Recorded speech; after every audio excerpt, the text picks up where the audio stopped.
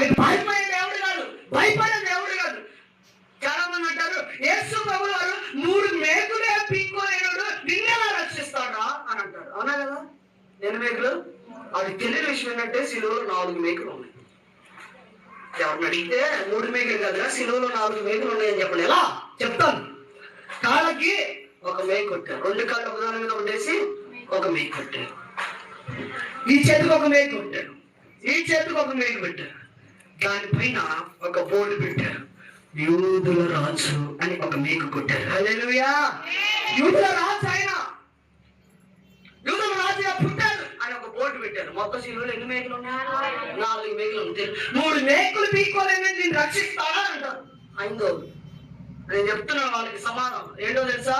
3 మేకులు కాదు సిలువలో ఉన్నాయి, 4 మేకులు ముంచు. సరిగ్గా తెలుసుకోవాలి. ముందు యేసు ప్రభువు వారిని దూషించే కన్నా ముందు సిలువలో 3 మేకులు లేవురా నాయన, సిలువలో 4 మేకులు ఉన్నాయి. ఒకటేమో కాళ్ళకి కొట్టబడింది, ఒకటేమో కుడి చేతి కొట్టబడింది, ఒకటేమో ఎడమ చేతి కొట్టబడింది. అది ఆ తల పైన ఒక బోర్డు పెట్టింది, ఆ బోర్డుకి ఒక మేకు పెట్టబడింది. అదేంటో తెలుసా? అతడు యూదులకు రాజు. హల్లెలూయా.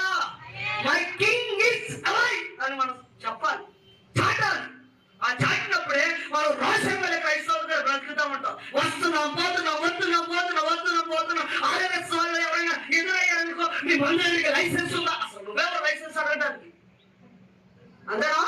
నువ్వెవరు లైసెన్స్ అడగడానికి? అసలుకి మందిరానికి లైసెన్స్ ఉండదు, లైసెన్స్ ఉండకపోదు.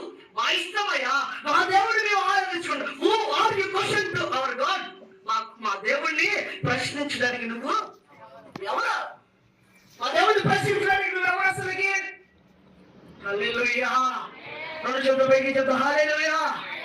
ఎవరైనా నీటిగా సూటిగా సమాధానం మన దేవుడికి అలా చెప్పాలి. హల్లెలూయా. మన దేవుడిని ఎవరైనా వ్యతిరేకంగా ఆనాడు యేసు ప్రభువు వారికి వ్యతిరేకంగా మాట్లాడుతున్నప్పుడు పక్కన ఉన్న శిష్యుడు ఏమీ మాట్లాడలేకపోయారు కాబట్టి ఆయన సిలువేశారు. అవునా? ఆయన పక్కన ఉన్న శిష్యులు ఏమి ఆయన గురించి సాక్ష్యం చెప్పలేకపోయారు కాబట్టి ఆయన కల్వరి సిలువలో బలియాగం అయిపోయాడు. ఇదిగో ఆయన దగ్గర స్వస్థత పొందినవారు, ఆయన దగ్గర అద్భుతాలు పొందినవారు, ఆయన దగ్గర సూచక క్రియలు చూసిన వారు కూడా ఆయన రక్షించలేకపోయారు, ఆయనకి వెళ్ళి మాట్లాడలేకపోయారు. ఆయన పక్కనే ఉన్నారని అన్యాయపు తీర్పు తీర్చారు. కాబట్టి మనం అలా ఉండకుండా ఇదిగో అడుగడుగున ఆయన సువార్తను ప్రకటించే క్రైస్తవులుగా, రోషంగల క్రైస్తవులుగా మనము జీవించుదుము గాక. హల్లెలూయా. 2 చేతుల పైకి బిగ్గరగా చెప్తాం హల్లెలూయా.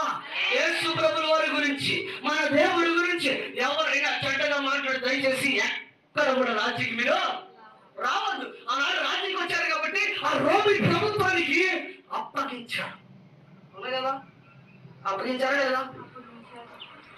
నువ్వు కూడా అప్పగిస్తున్నావు దేవుణ్ణి, నువ్వు కూడా దేవుణ్ణి అప్పగిస్తున్నావు. నీ కంటితో పాపం చేసుకుంటే దేవుణ్ణి సిలువేస్తున్నావు, నీ నోటితో పాపం చేసుకుంటే దేవుణ్ణి సిలువేస్తున్నావు, నీ చూపుతో పాపం చేసుకుంటే సిలువేస్తున్నావు, నీ నడకతో, నీ పడకతో, ప్రతి విషయంలో నోరు తెలిస్తే మన మూదులు వస్తాయి. అంతేనా? అది పాపమా కదా? ఆయన సిలువేయడమా కదా? ఆయన కల్వరి సిలువలో బలియాగమైంది ఎందుకో తెలుసా? నీ నోటి నుంచి అబద్ధం రాకుండా, నీ నోటి నుంచి ముందు మాటలు రాకుండా, నీ ప్రవర్తన సత్ప్రవర్తన కలిగి నడుచుకుంటామని ఆయన కల్వరి సిలువలో బలియాగం అయిపోతే అది తప్ప నువ్వు అన్ని చేస్తావు.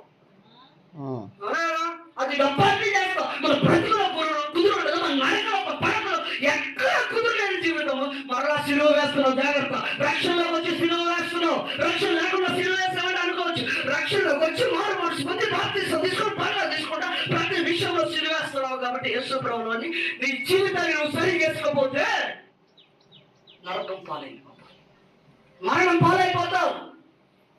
ఆయన మరణం భూమిని విరిచేవాడు, ఆయనే కాబట్టి పిలిచాడు. నువ్వు ఓ మరణమా నీ ముళ్ళు ఎక్కడ, ఓ మరణమా నీ విజయం ఎక్కడా, నరుడు ఓడిపోయాడు నీకు, నజరేయుడేసు గెలిచాడు నిన్ను, నజరేయుడేసు గెలిచాడు నిన్ను.